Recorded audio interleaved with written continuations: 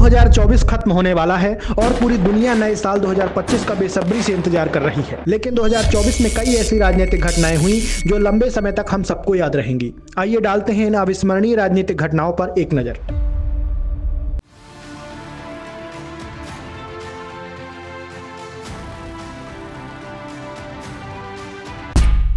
Number 1 पर है लोकसभा चुनाव 2024।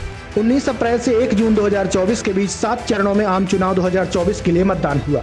ये मतदान इस साल की सबसे बड़ी राजनीतिक घटनाओं में से एक है। इस बार के चुनावी नतीजे चौंकाने वाले रहे। एक तरफ जहां एनडीए अब की बार 400 पार का नारा देकर चुनावी समर में उतरी थी, वहीं दूसरी तरफ एनडीए को हराने के लिए विपक्षी दलों ने इंडिया अलायंस बनाया। चुनावी नतीजे सामने आए तो एनडीए 400 के आंकड़े तक नहीं पहुंच सकी, लेकिन नरेंद्र मोदी तीसरी बार प्रधानमंत्री बने। वहीं विपक्षी दलों को भी लोकसभा चुनाव में कुछ सीटों पर बढ़त मिली। नंबर 2 पर है अरविंद केजरीवाल का इस्तीफा। तिहाड़ जेल से बाहर आने के बाद आम आदमी पार्टी के प्रमुख अरविंद केजरीवाल ने एक ऐसा फैसला लिया जिसके बारे में किसी ने सोचा तक नहीं रहा होगा। जेल से बाहर निकलने के बाद अरविंद केजरीवाल ने एक प्रेस कॉन्फ्रेंस बुलाई और दिल्ली के सीएम पद से इस्तीफे का ऐलान कर दिया। केजरीवाल ने 17 सितंबर को इस्तीफा दे दिया, जिसके बाद राजनीतिक गलियारों में हलचल मच गई। अरविंद केजरीवाल ने इस्तीफा देते हुए कसम खाई कि दिल्ली के लोग उन्हें क्लीन चिट जब तक नहीं दे देंगे तब तक वे सीएम का पद स्वीकार नहीं करेंगे। हमारी इस लिस्ट में नंबर 3 पर है महाराष्ट्र के चुनाव। महाराष्ट्र में इस साल पूरे देश के साथ लोकसभा के चुनाव हुए तो वहीं विधानसभा के चुनाव भी हुए। लोकसभा चुनाव में जहां महाराष्ट्र में महायुति गठबंधन को निराशा हाथ लगी, तो वहीं विधानसभा चुनाव में इसी महाराष्ट्र की जनता ने दिल खोलकर महायुति गठबंधन को अपना समर्थन दिया। हाल ही में संपन्न हुए महाराष्ट्र विधानसभा चुनाव में महायुति गठबंधन ने प्रचंड बहुमत हासिल कर राज्य में अपनी सरकार बनाई है।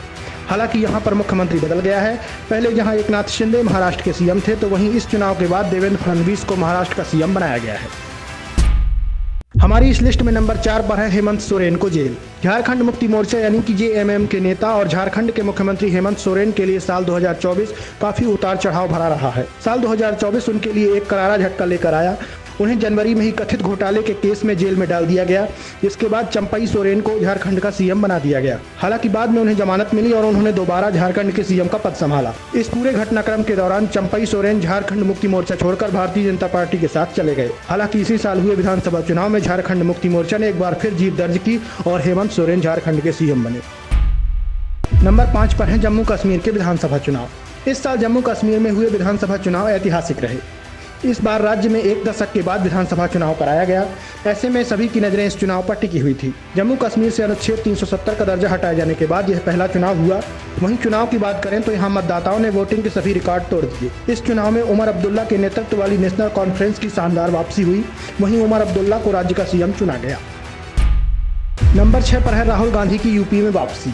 लोकसभा चुनाव 2024 कांग्रेस नेता राहुल गांधी के लिए बेहद खास रहा है। पिछले लोकसभा चुनाव 2019 में जहां राहुल गांधी को यूपी के अमेठी लोकसभा सीट से हार का सामना करना पड़ा था, वहीं इस बार के लोकसभा चुनाव 2024 में उन्होंने अमेठी से वापसी की।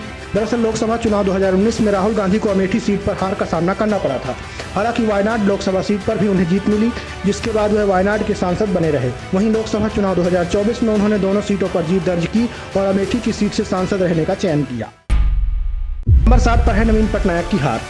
इस साल ओडिशा में भी विधानसभा चुनाव हुए। इस चुनाव में बड़ा फेरबदल देखने को मिला। ओडिशा की राजनीति में महानायक कहे जाने वाले नवीन पटनायक के दल को इस चुनाव में हार का सामना करना पड़ा था। ओडिशा विधानसभा चुनाव 2024 में भारतीय जनता पार्टी ने शानदार जीत हासिल करते हुए राज्य में सरकार बनाई, लेकिन दशकों से सत्ता पर काबिज नवीन पटनायक को सरकार से बाहर जाना पड़ा।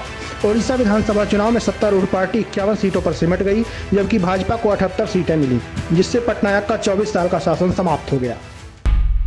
नंबर 8 पर है प्रियंका गांधी का चुनावी पदार्पण। नेहरू गांधी परिवार की सदस्य प्रियंका गांधी वाड्रा ने इस साल राजनीति में सक्रिय रूप से पदार्पण किया। लोकसभा चुनाव 2024 में अमेठी और वायनाड दोनों लोकसभा सीटों पर जीत के बाद राहुल गांधी ने वायनाड सीट को छोड़ दिया था और अमेठी से सांसद बने रहे, जिसके बाद से वायनाड की सीट खाली रही। वहीं अब वायनाड लोकसभा सीट पर हुए उपचुनाव में कांग्रेस पार्टी ने प्रियंका गांधी को वायनाड सीट से प्रत्याशी के तौर पर उतारा। इस उपचुनाव में प्रियंका गांधी ने 64.99% वोट के साथ जीत हासिल की और पहली बार संसद पहुंची। नंबर 9 पर है सिक्किम विधानसभा में विपक्ष का खात्मा। सरकार के कामकाज पर नजर बनाए रखने के लिए विपक्ष का होना जरूरी होता है। हालांकि जब सदन में विपक्ष का एक भी विधायक नहीं हो तो कितनी अजीब परिस्थिति है। ऐसा ही कुछ सिक्किम में देखने को मिला। सिक्किम विधानसभा में विपक्ष का कोई भी विधायक नहीं है। 32 सीटों वाली सिक्किम विधानसभा में सभी विधायक एक ही दल के हैं। हाल ही में 2 सीटों पर हुए उपचुनाव में भी सत्तारूढ़ सिक्किम क्रांतिकारी मोर्चा यानी कि SKM के प्रत्याशियों ने ये विरोध जीत दर्ज की है। हमारी इस लिस्ट की आखिरी और साल 2024 की 10वीं बड़ी घटना है आतिशी का दिल्ली सीएम बनना। एक नाटकीय घटनाक्रम में अरविंद केजरीवाल ने तिहाड़ जेल से बाहर आने के बाद दिल्ली के सीएम पद से इस्तीफा दे दिया। इस घटना के बाद राजनीतिक हलचल तेज हो गई।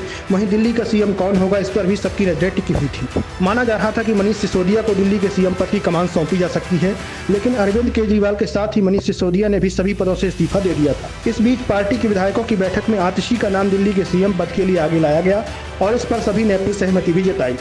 आपको ये जानकारी कैसी लगी हमें कमेंट करके बताइए। खबर पसंद आई हो तो न्यूज़ पथ को लाइक, शेयर, सब्सक्राइब करना ना भूलें। धन्यवाद।